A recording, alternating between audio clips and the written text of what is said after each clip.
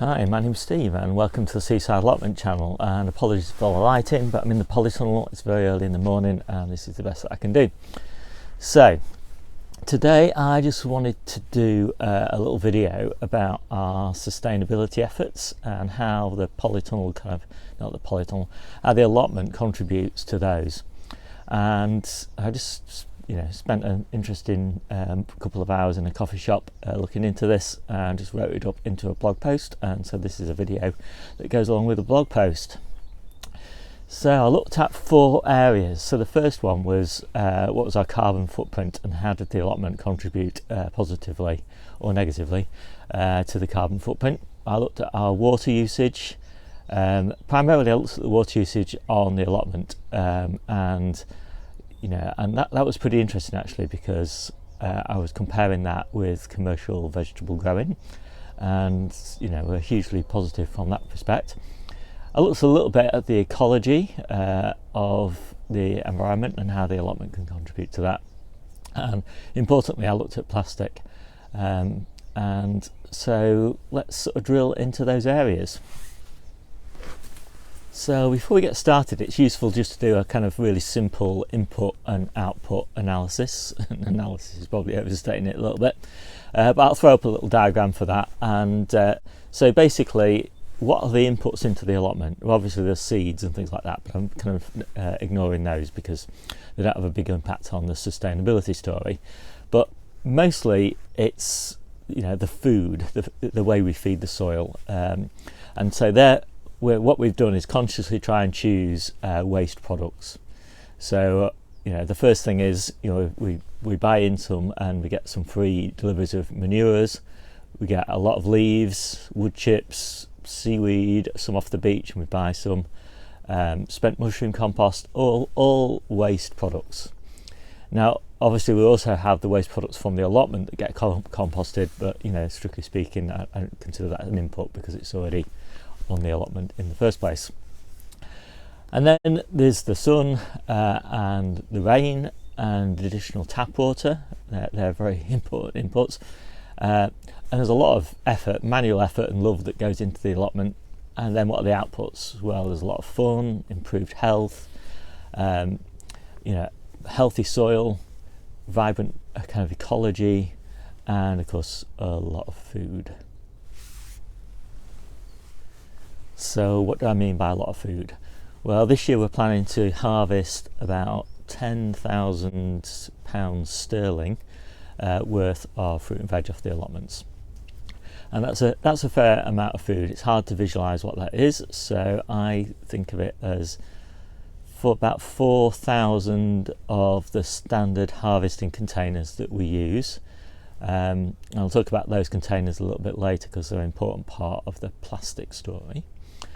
And that translates into roughly about 10,000 meals. Now, Debbie and I, we have a lot of fruit and veg, and so for us it wouldn't be 10,000 meals, it'd probably be something like 7,000 meals. But when you take all the different people that eat food that's grown on our allotment, a lot of them have smaller vegetable portions than we do, so on average it's about 10,000 meals, which is quite a nice way of visualising it. So what do we do with all that food? Obviously we can't eat it all ourselves. Now we have 3 allotments in the family. There's my allotment, there's Debbie's allotment, my wife, and our middle daughter Jennie has got an allotment too, and so we feed ourselves and Jennie's family, so John and Robin, and that consumes about half of what we grow, so about £5,000 in value, and the rest of it we gift to our friends and family. And that's an important part of the kind of story about how our allotments work and the sustainability story. We are pretty much self-sufficient in vegetables and seasonal fruit, and we do a lot of preserving of fruit and stuff as well in order to keep eating fruit throughout the year. Dehydrating, for example, of fruit is particularly important to me. I really like dehydrated apples and pears, for example, and eat those every day. But in order to be self-sufficient, and in particular if you're self-sufficient in fresh food and you really like fresh food rather than frozen food, which we do, then you have to grow a surplus. It's inevitable. If you just grew for the freezer, then obviously you could freeze your surplus all the time. But there's so many foods that don't freeze that are incredibly healthy. So most of the leafy greens, for example, salads and things like that, obviously you're not going to freeze those. And those are a very big part of our diet. Now, so what does that mean? Why is it so important to grow a surplus? Well, if you want to be self-sufficient in February, for example, then inevitably in March you're going to have too much. Now you could dig that stuff up and compost it, but what's the point? You might as well give it away to your friends and family. And it's a constant cycle like that. You're constantly growing enough, just enough for sufficiency at certain points of the year with pretty much every crop. And then you're in huge abundance for a short period of time when that crop comes into maturity and it's kind of its peak season. And then that crop will decline again and you'll be back in sufficiency, and then you'll replace it with something else, and that takes time to grow, and at some point you'll be in sufficiency again with that, and then you'll be in abundance, and then you'll be back in sufficiency, and then and it's just this constant cycle. So you have to have something to do with the stuff that you grow when you're in abundance, because you've always got too much. And so it's that cycle. So managing that cycle, so having this network of friends and family makes it really easy for us to manage that cycle of sufficiency and abundance. And it also, as I say, helps massively with the sustainability story. Come on to that now. So I thought I'd start with water sustainability because it's so neglected. Everybody's always talking about carbon footprint and all that sort of thing, and I'm going to come on to that. But fresh water is, one of the scarcest resources around the world, and of course a lot of our food comes from around the world. It doesn't all come from the Lake District, for example, which is close to where we are, which has a massive amount of water abundance, or the Rivington Reservoir system, which is where I go hiking, almost every week. Again, there's just a huge amount of waterfalls there. There's no shortage of water, but even here in summer, there's a massive water shortage. So we rely on tap water, saved water resources from winter, really. But around the world, a lot of food, where a lot of our food is grown, they're basically depleting groundwater reserves of water in order to grow food that we're eating. So that's really important. And when you contrast allotment grown food with commercially grown food, the water usage on the allotment is absolutely tiny. In fact, it's 2.5% of the water consumed in commercial growing, and there are lots of reasons for that. So the first one is that, our soil quality is much higher because we grow at such a small scale. We can really invest in the soil quality. We can have, really nice mulches on the surface to reduce evaporation, and we can have really high organic matter content in the soil to hold on to water. So that's a really important thing. So the next one is that, where we grow much more intensively than a commercial farmer can grow. Now there are some small scale kind of organic market gardeners who can grow as intensively as we do, but the fact that we don't need tractors, the fact that we can do everything by hand, we can weed by hand, we don't need to use automated harvesting techniques and all of that sort of thing, means that our intensity is just way higher, sometimes 10 times higher than a typical commercial grower. So that's massively important, because obviously, when we water 1 square metre, if we're getting 10 times the yield from that, that makes a big difference. So the next one is that we can plant much more carefully. So, we can make planting holes, we can pre-water those planting holes, we can put little modules straight into those pre-watered planting holes. We can water those individual plants and water them deeply to promote deep root growth when those plants have been established. We can stick bottles in the soil and plant and water into the bottles to continue targeting the root zone of the plant rather than the surrounding soil for most of the water. So we can do all sorts of things in order to promote, deep-rooted plants that don't need as much water as a commercial grower. Obviously, when we water, we can water by hand, and so we can see the soil and see the individual plants and water in a way that's very specific to the needs of that plant. A farmer might look at the whole of the field, might assess the hydration level of the whole of the field, and then basically water according to that. We can assess the water needs of an individual square foot of ground and water by hand in accordance with that. And because we water very frequently, so we might walk around the plot, I do probably every day, in summer in particular, and think what needs watering, whereas a farmer's kind of watering once or twice a week or once a day or something like that. Whereas I can really keep an eye on things and target the water exactly where it's needed and when it's needed and at the time of day that it's needed, and all of those things are really important. So the next thing is that, I'm just looking at my notes if I'm kind of looking over here, all of our food is washed on the allotment, and so we obviously we wash in tap water, so we bring the tap water from home for 6 months of the year, or we get it from the allotment standpipes for the other 6 months, but we wash here, and because we wash here, all of the water that we use to wash, and that's quite a lot of water, all goes back onto the allotment plot, and it takes with it all the soil and puts that back on the allotment plot, so no soil leaves the allotment, and that's pretty important as well. When you grow as much veg as we do, we would be taking quite a lot of soil off the allotment if we didn't wash here. So that is pretty much it for the basics of the water sustainability story, but it gets much more interesting when you actually put some figures on it. So that's what I'm going to do now. So it turns out that for every litre that we use on the allotment, a commercial grower would use 40 litres of water, which is quite an incredible ratio.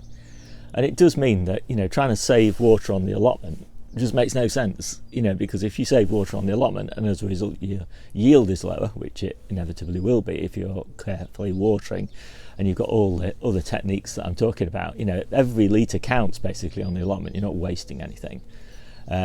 So for every 1 litre we spend on the allotment, somewhere in the world, and it's not always in the UK of course, but somewhere in the world, 40 litres of water is being saved. So that's a massive sustainability win. So, in raw figures, we use to grow our food something like 33 cubic metres of tap water across the 3 allotment plots. A commercial grower somewhere in the world might use 1,300 cubic metres of water. That's a lot of water. And the value of the water that we use is about £33 across the 3 allotments, and we harvest £10,000 worth of veg with that amount of water input. So it's just a massively amazing investment. You could never get a return on investment like that. Put £33 of water in, £33 worth of water in, and get £10,000 worth of veg out. So fantastic. So that's what I thought I'd talk about plastic. Now, at the moment, there's a lot of people talking about eliminating module trays and using soil blocks or very expensive reusable module trays, and that as if that's the kind of like most important aspect of plastic usage on the allotment, but it's not. By far the most important thing is to eliminate plastic packaging. Now, if you can do what we do, which is reuse all of the harvest containers that we use for those 10,000 meals, that's 4,000 packaging containers that we're reusing, and we're reusing those at least 100 times, probably more than 100 times before they go into recycling. And obviously the advantage is that these harvesting containers are fully recyclable and are high quality plastic that can be recycled into high quality goods in its second generation.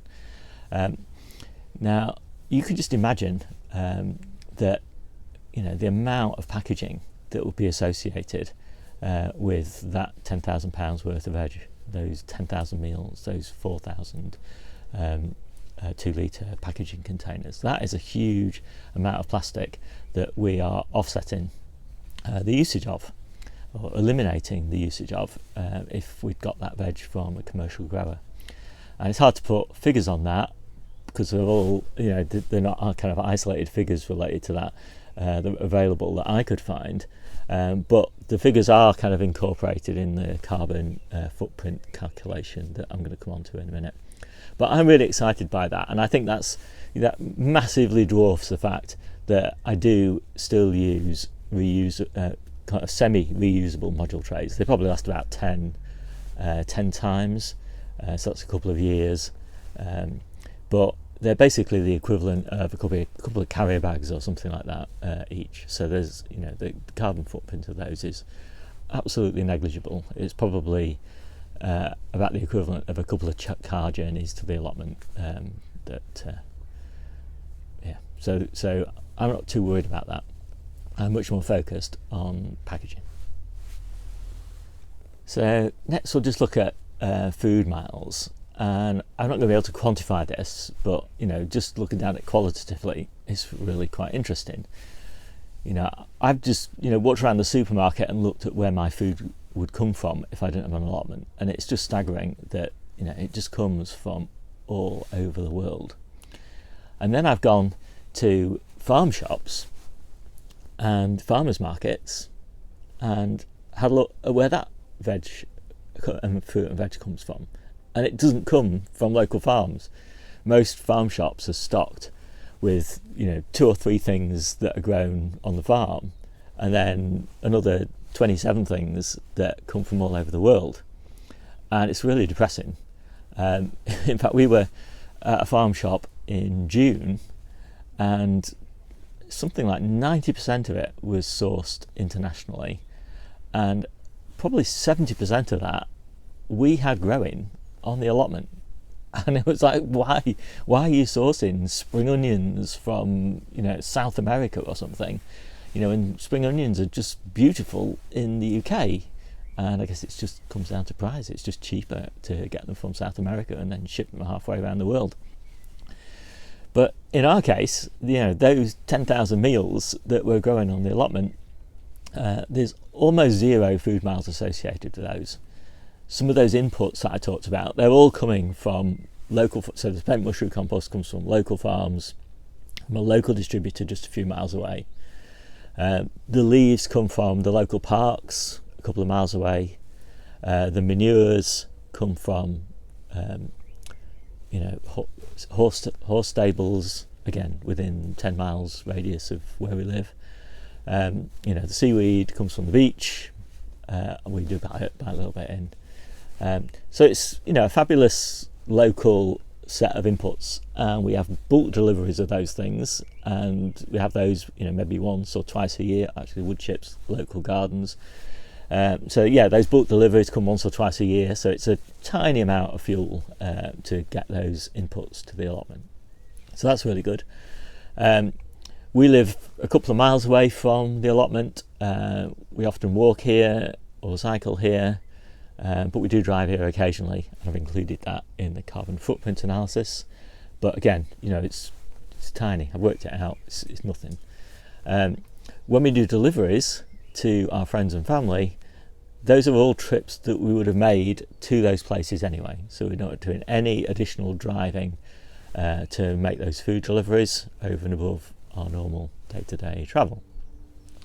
So the food miles associated with that is incredibly small. I mean, it's just unbelievable to look at the comparison between our food miles and the food miles of the equivalent commercially grown veg. It's really, really exciting to see how dramatically we're reducing those food miles.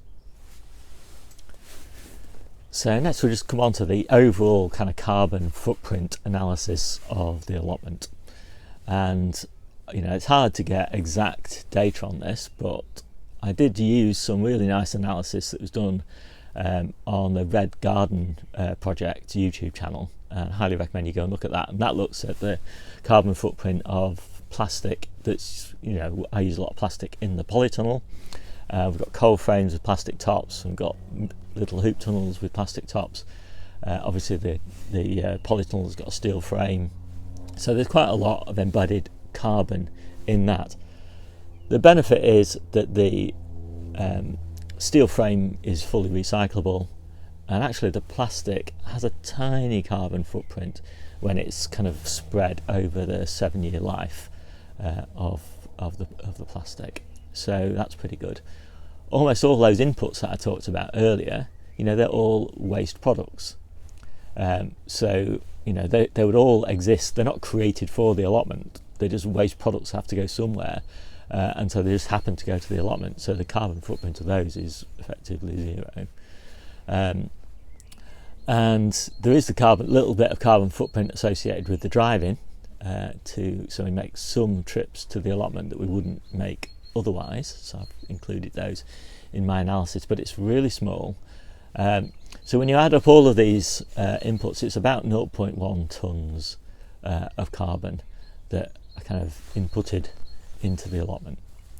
But then it's really interesting to look at what would be the carbon footprint of the food that we grow if we and our friends and family were getting that food commercially. So that's what I'm going to look at now.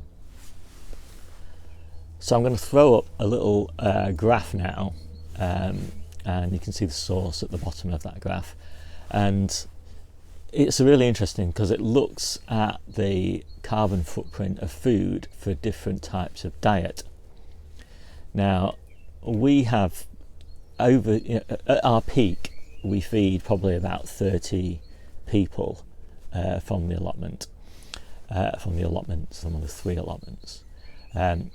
And at our minimum, so in the heart of winter, we feed probably about 10 people.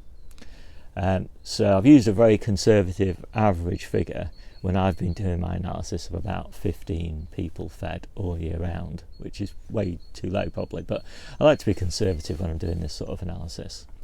And the carbon footprint of the commercially grown food for the different diets is quite striking. So a meat lover is, I think, it's 3.3 tonnes of carbon to feed them, whereas a vegan it's 1.5 tonnes, which is a pretty impressive difference. Now we have a few vegans that we feed, and we've got lots of vegetarians and lots of no beefers. Effectively, I'm a kind of no beefer. I have almost no beef, and actually I do eat lamb, but the lamb that we eat it comes from sheep that graze on a salt marsh. There's no water input there. They just living on marginal land that can't be used for anything else. They're not fed any antibiotics or anything like that. So the carbon footprint of those sheep is really low. So that's pretty good. Anyway, so I've taken vegetarian as the average. Well, I don't think we feed any meat lovers. So it's basically the average of no beef, vegetarian and vegan, which is vegetarian, which is about 1.7 tonnes of carbon a year associated with their diet. So we've got let's assume we've got 15 vegetarians rather, and we obviously only contribute to the fruit and vegetables part of their diet, which is about 0.5 tonnes. So that's 15 times 0.5, but obviously we don't provide all of their diet. In fact, in our case, we provide all of our vegetables and all of our seasonal fruit and some of our non-seasonal fruit.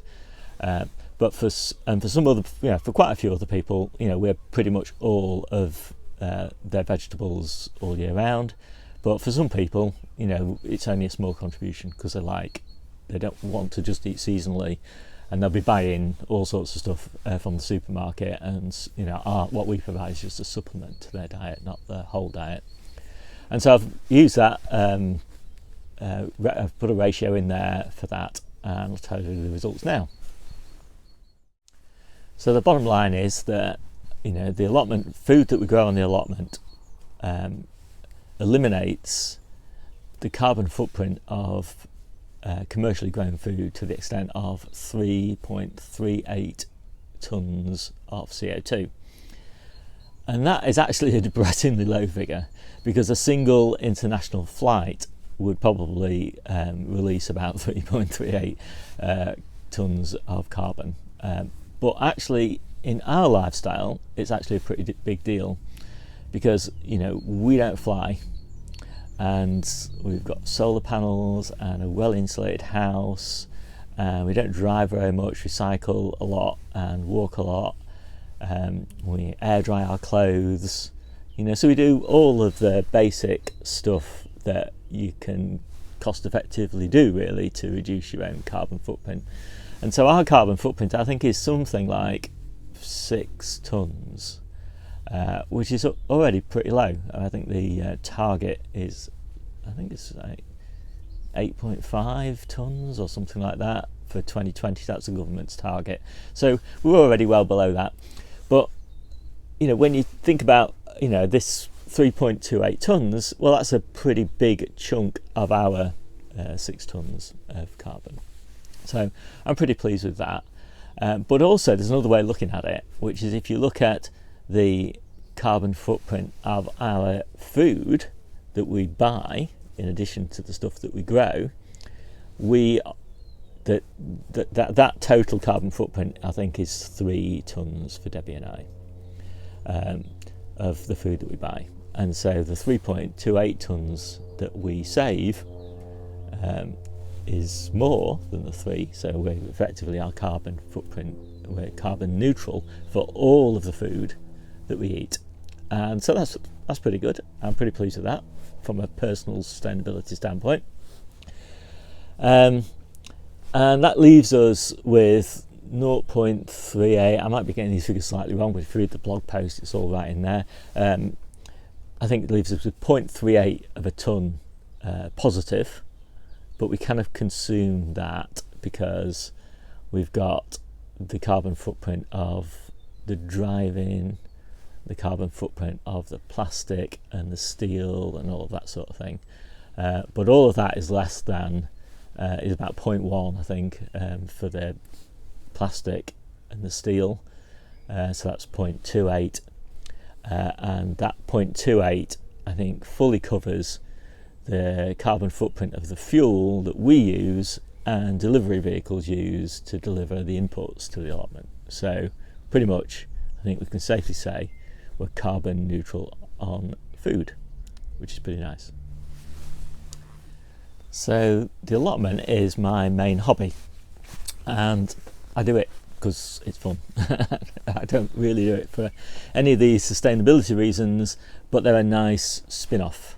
And just as part of that kind of game of looking at how we're doing on the allotment, we also look at the kind of financial sustainability. So I said before, probably many times, that we're harvesting, hopefully this year, about £10,000 worth of food.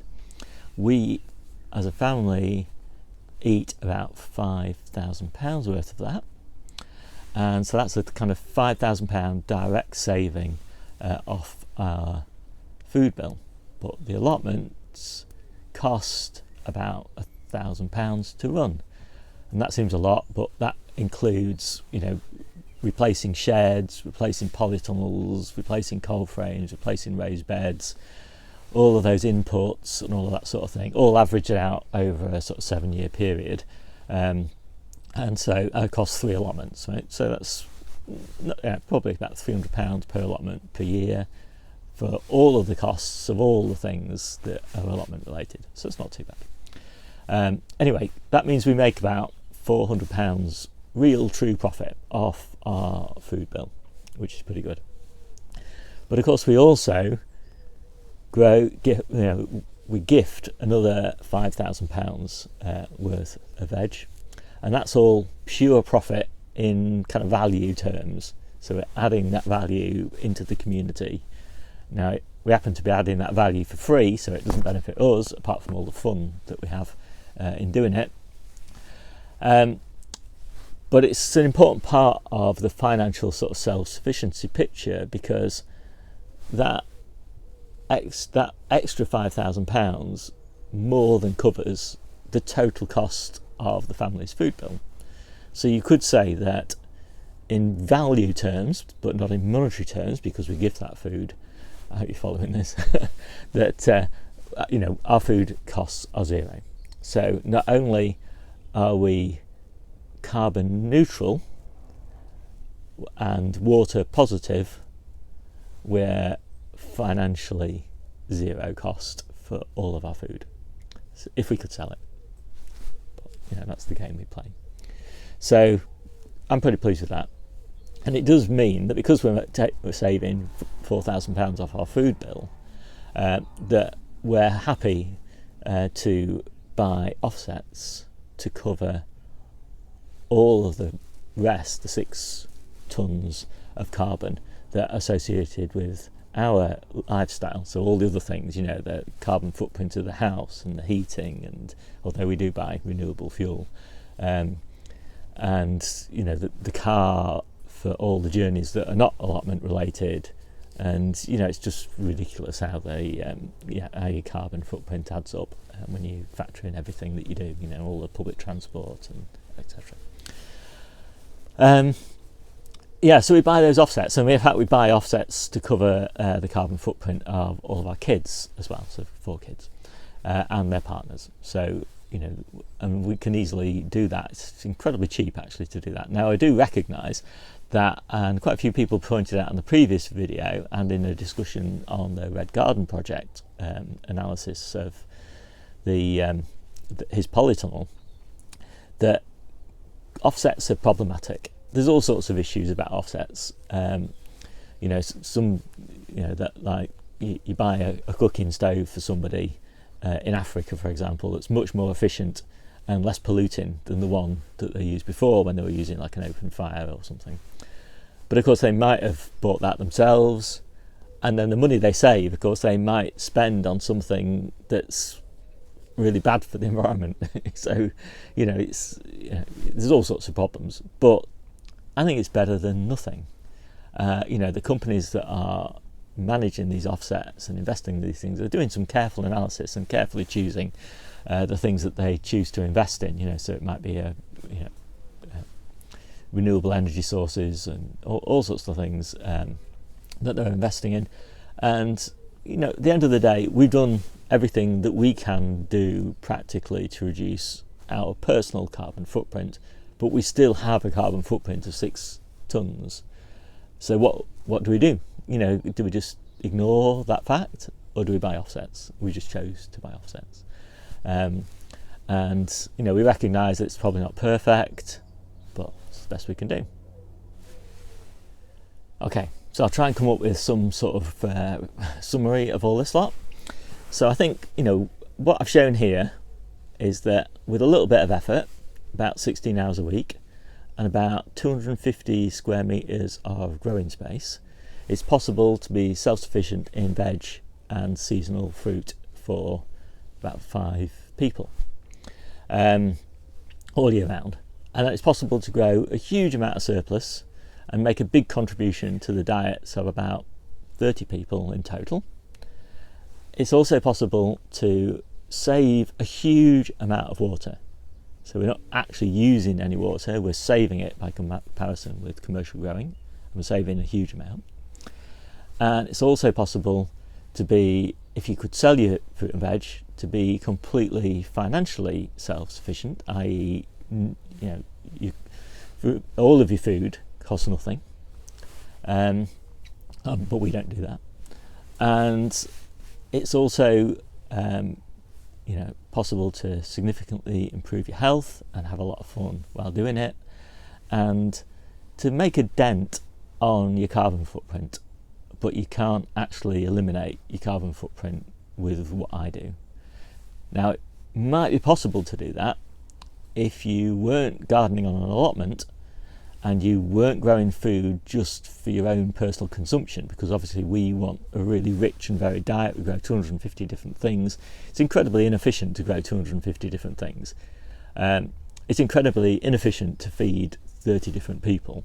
It would be much better to grow 10 things, and those 10 things to be the absolute best things to grow in each of the seasons, and to supply what you harvest to a restaurant that took everything, or a couple of restaurants that took everything that you grew, so that's really efficient. And because you're growing the absolute best things for those seasons, you're going to harvest a lot more than we do. And then you could probably make enough money just off that 250 square metres to, you could save enough water and save enough carbon off that area to completely offset your own personal carbon footprint. But obviously that's not what we do, but it would just be possible probably to do that if you really wanted to. So I think with that's the end of the story, and it'd be really quite interesting to see what other people think of this. Anybody else done this sort of analysis? Anybody interested in this sort of analysis?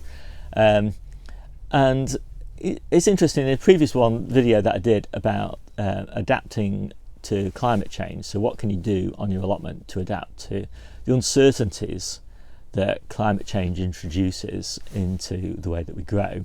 Quite a lot of people saying, well, climate change doesn't exist, or it's natural phenomena or whatever. In many ways it doesn't really matter. Releasing carbon into the environment has a huge effect on pollution, even if you don't believe it results in carbon in global warming. So it's a good thing to do. Saving water is a good thing to do. Building topsoil is a good thing to do. Having lots of different things growing, so a huge amount of variety, lots of flowers, is a good thing for the ecology in general. Encouraging insect life and other animal life. Having soil that's not harmed by herbicides and pesticides and inorganic fertilizers is good for the soil ecology.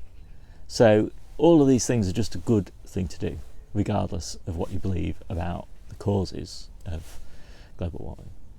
So with that, I'll say goodbye, and I'll see you soon.